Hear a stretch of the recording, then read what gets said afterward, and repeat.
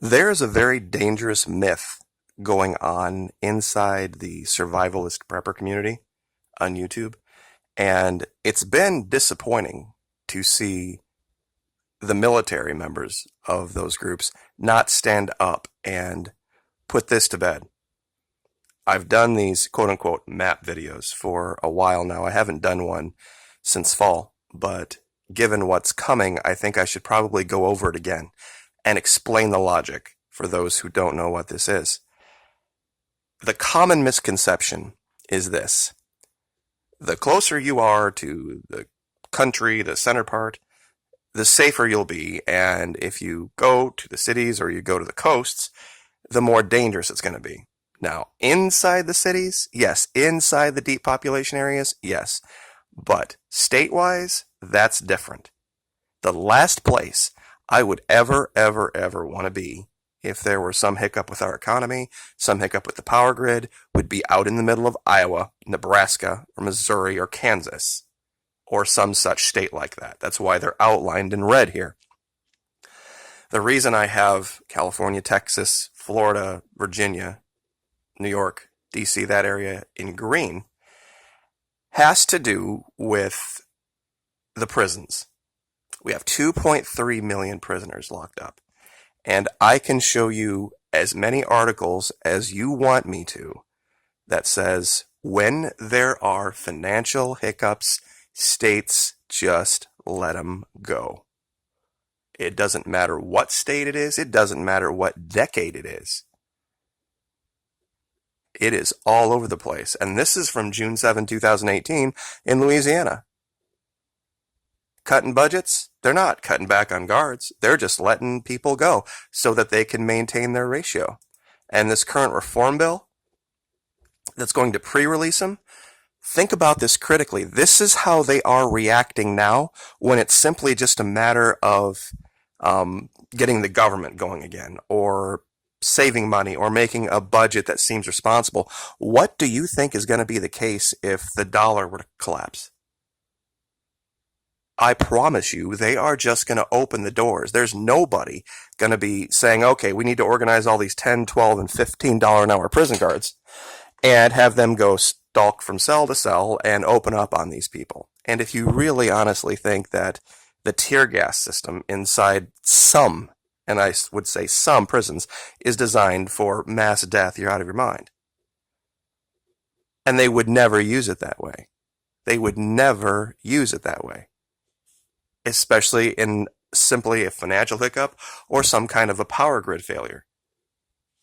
Right now, they are saying that it is inhumane to do what they're doing now. What do you think it would be if the food trucks stopped showing up, if there were no medical care, no running water, no sanitation?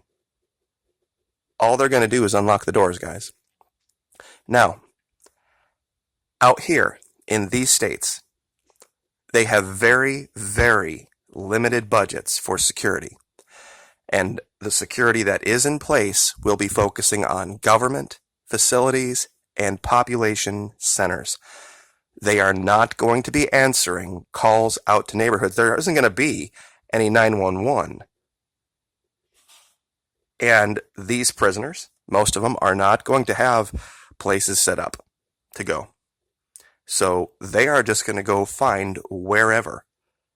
And it's going to be free day recess for these guys. And the first place they're going to go is someplace they can guarantee in their own mind they aren't going to get picked back up by the cops. And that's going to mean neighborhoods, suburbia. Because they know, they're not dumb, they watch the same YouTube videos you do about prepping. And the types of people they need to look for. Older people, middle income, high middle income houses, more than likely, they've got a few weeks stashed worth of goods.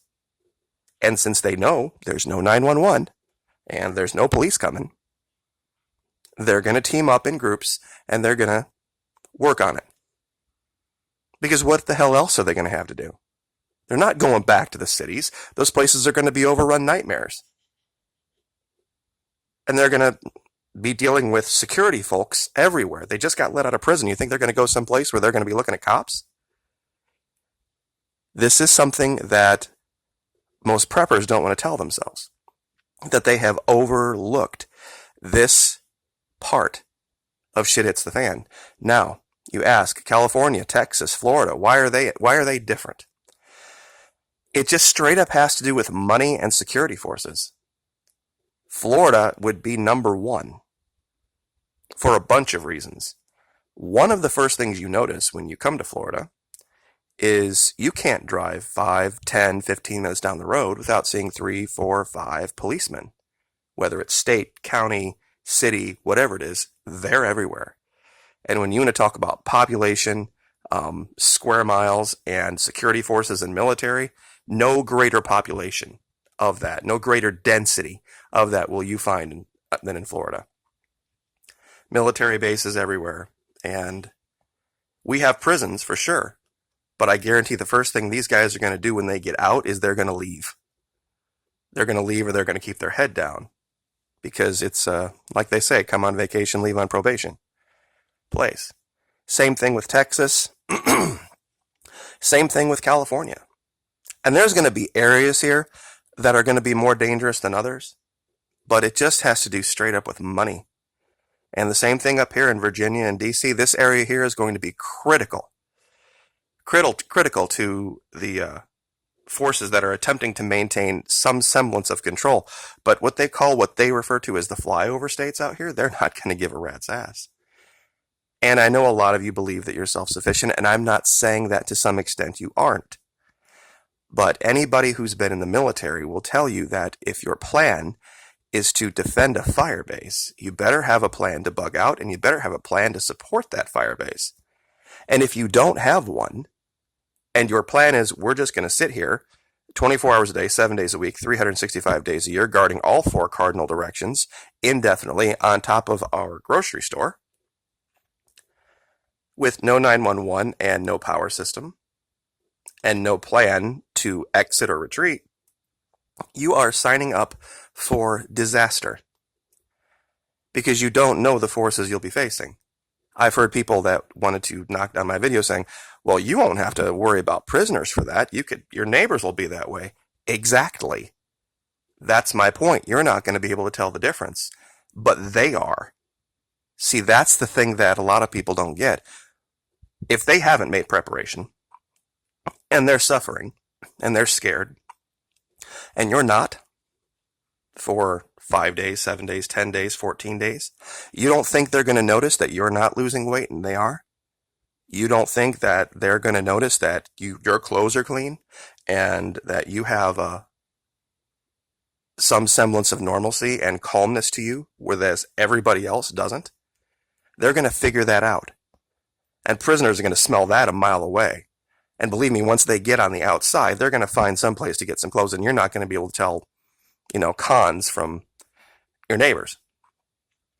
Other than they're going to be the ones that at night are going to come from 3 and 4 different directions in groups of 7 and 8 and 10 and wait for you to start firing and figure out what weapons you have and what areas you're guarding, what areas you're not. And once again, even if that's the case, this isn't Call of Duty. Those bodies aren't going away. Go ahead, take out 8, 10, 12 and have them retreat. But then what are you going to do with 8, 10, 12 bodies all around your property when the crows and the ravens and the coyotes and every other scavenger animal for 20 miles shows up? You are going to make a giant target right over top of an area that you want people to not know about. The first time you pull that trigger, it's over. You better be planned to get out because they're going to keep coming. And that will actually be something that if there are security forces that are patrolling for these cons and they start hearing about shootings and death and bodies, yeah, they're going to come investigate. And they're not going to ask questions. They're not going to sit and listen to this hem-hawing, well, I didn't know that maybe they might be doing this and it was at night and I didn't know. They're going to see you as a threat to your neighbors. And they're going to attempt, and you're going to have to make a choice, whether you're going to turn your stuff in and turn yourself in, or you're going to fight and get into a shooting match with the United States Army or the Marine Corps. It's just a dead end plan, is what I'm trying to say.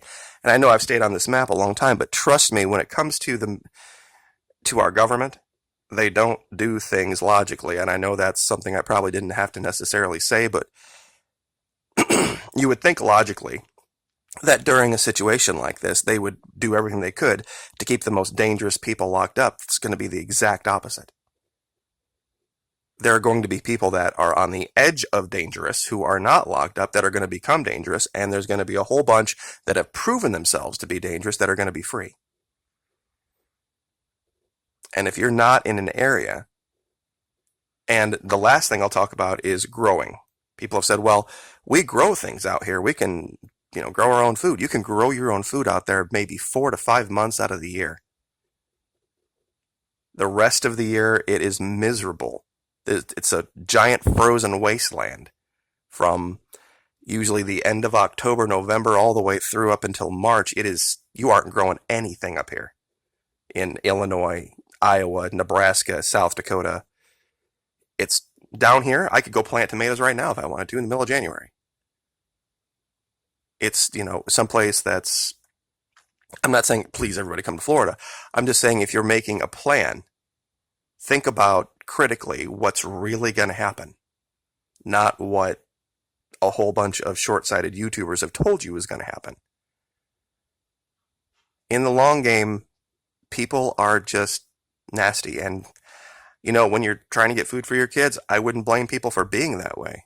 But once you're made, once somebody has figured out that these giant suburban neighborhoods are unguarded and there's no 911 coming, they are going to ransack it and they are going to team up. Look at what they do now in prison.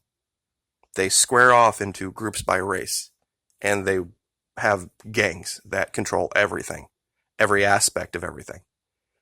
They're just going to take that playbook right out to the real world. And some of these guys, they've got plenty of experience with weapons too. So if your group is 6 or 8 or 10, if you're lucky, you're going to be going up against groups that big, just as well armed, indefinitely.